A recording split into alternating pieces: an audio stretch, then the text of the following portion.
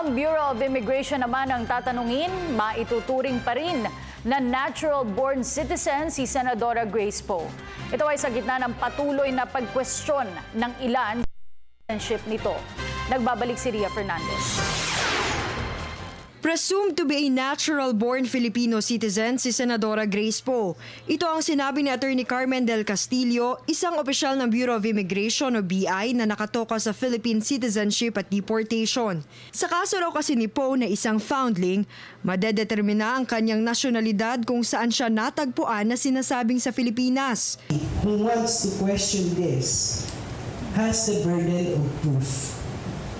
It is not her who has to prove that she indeed is a Filipino. The person questioning will have to give proof that she was born here in the Philippines of Filipino parents. Or at least the father should be a Filipino that is under the 25 Constitution.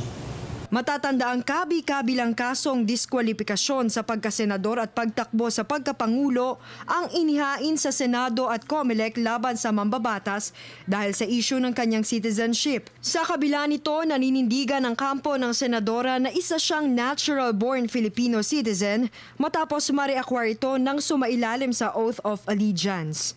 Para sa Telebisyon ng Bayan, Ria Fernandez.